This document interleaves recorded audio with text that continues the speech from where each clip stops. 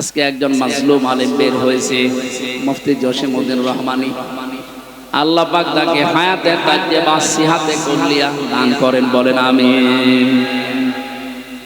এই আলেমদের জোতা টানার যোগ্যতাও যারা দায়িত্বে ছিল তাদের ছিল না, অথচ এই মানুষগুলোকে আদালতে হাজির করতে গিয়ে দেখতাম পায়ে দিয়েছে ডান্ডা বেড়ি, হাতে দিয়েছে হ্যান্ডকাপ, যেটা দিলে হাত কেটে যায়, মাজায় দড়ি বেঁধে ছাগলের মতো গরুর মতো টানতে টানতে নিয়ে যেত।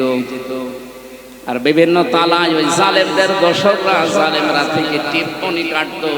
দেখ কি অবস্থা। আমার মনে হয় মোরা বিষয় আল্লাহ পুরাটাই পাহাড়ের মতো দিয়ে দিয়েছে।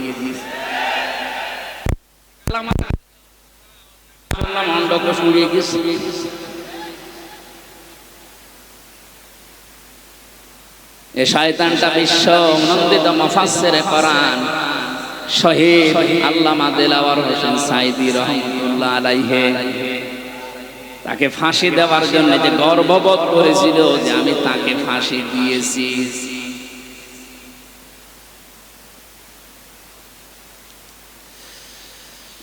গাজীপুরবাসী,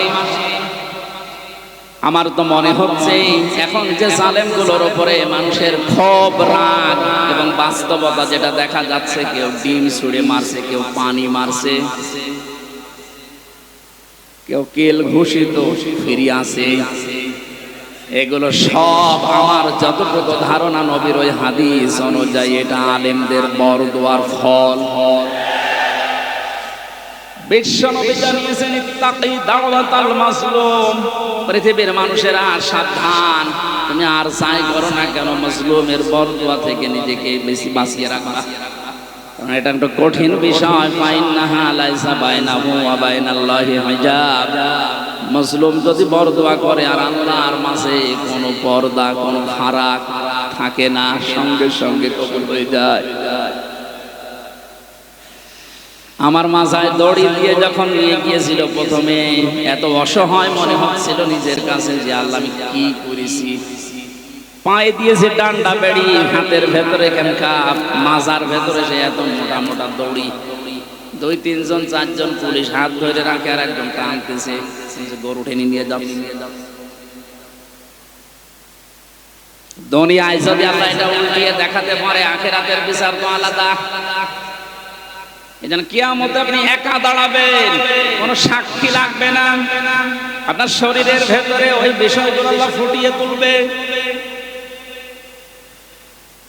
ফাম্মা মান উতিয়া কিতাবাহু বিয়ামিনি, আমলনামা যদি আল্লাহ হাতে দিয়ে বলে পড়, ডান হাতে যারা পাবে ফায়াকুলু হাউ মাকরাউ কিতাবিয়া, নিজে আনন্দ পাবে আর মানুষকে বলবে দেখো কি সুন্দর রেজাল্ট আমি পেয়েছি। ও বাংলার মানুষেরা, পাশে যেহেতু কারাগার, হাজারো মানুষ এখন যারা আছে, আমি যেহেতু নিজের বাস্তবতা বলছি, হাজার হাজার মানুষ এই জেলখানায় তো প্রায় এক জায়গায় 10,000 আছে, এখন মনে হয় আরো বেশি। মাগরিবের পরে, এশার পরে এদের অনুশোচনা শুরু হয়। সবাইকে উদ্দেশ্য করে বলছি, আমরা যে যা করছি দুনিয়াতে, কিয়ামতের ময়দানে বইটা হাতে দেওয়ার পরে পড়তে পারবেন তো।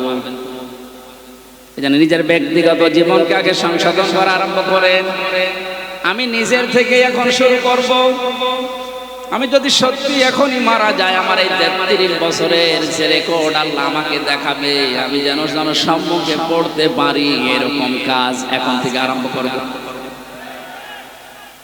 জীবনের আসল সফলতায় তো ওইটা, ফামান সুহসিহানিন নারি ওয়া উদখিলাল জান্নাতা ফাকাদ ফাজ। আল্লাহ পাক বলেন ওই লোকটার জীবন তো সফল যাকে আস্তে আস্তে জাহান্নামের কাজগুলো ছেড়ে দেওয়ায় আর জান্নাতের কাজের দিকে আমি আল্লাহ তাকে এগিয়ে দেই। সুতরাং এমন আমল, এমন কাজ, এমন বই আমি তৈরি করতে চাই যেটা কোটি কোটি মানুষের সামনে আমি মানুষকে পড়ে শোনাতে পারবো, বলেন আমিন। কিয়ামতে যেহেতু সর্বপ্রথম আল্লাহ বিচার ব্যবস্থায় আপনাকে আমাকে একা ডাকবে, কেউ থাকবে না।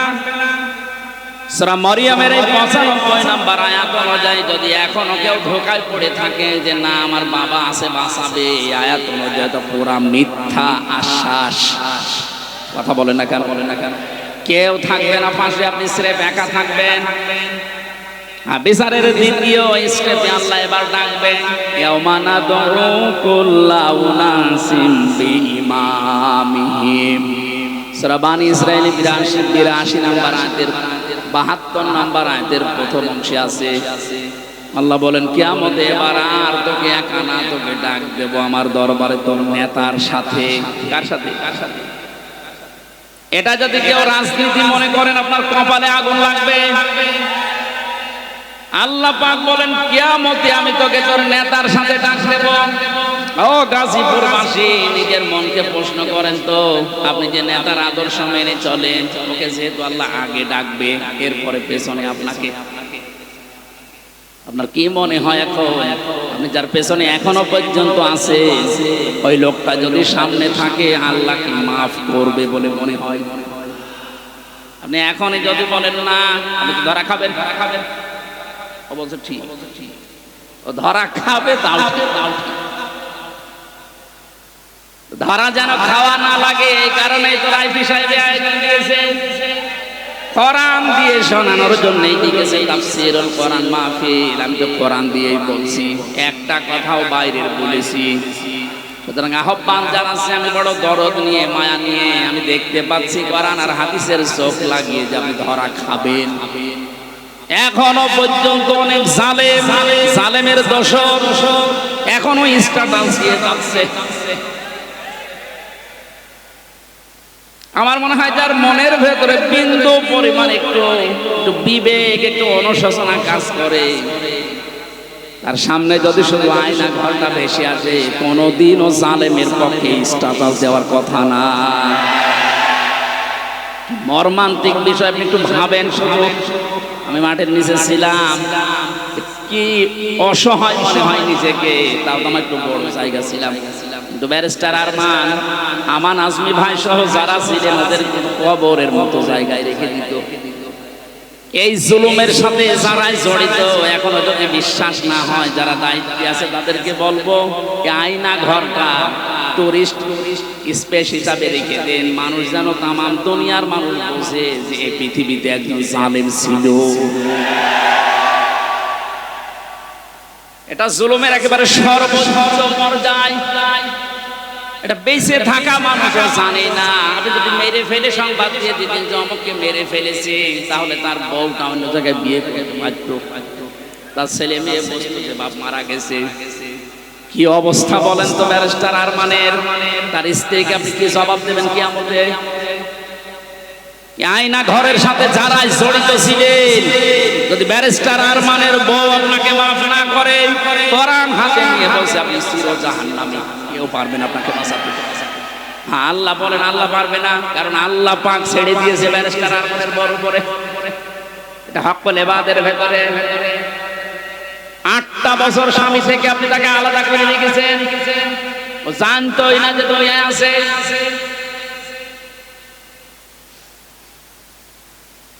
আমি কয়দিন থেকে আমার অবস্থা হালচাল শেষ হয়ে গেছে, আর সে 8টা বছর।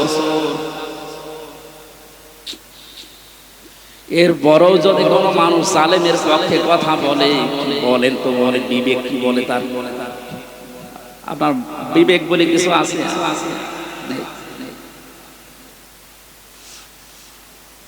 আমি তো বাস্তব কথা বলছি, আপনি কিন্তু ধরা খাবেন, আমি দেখতে পাচ্ছি। এখনো আদর্শ ঠিক করেন।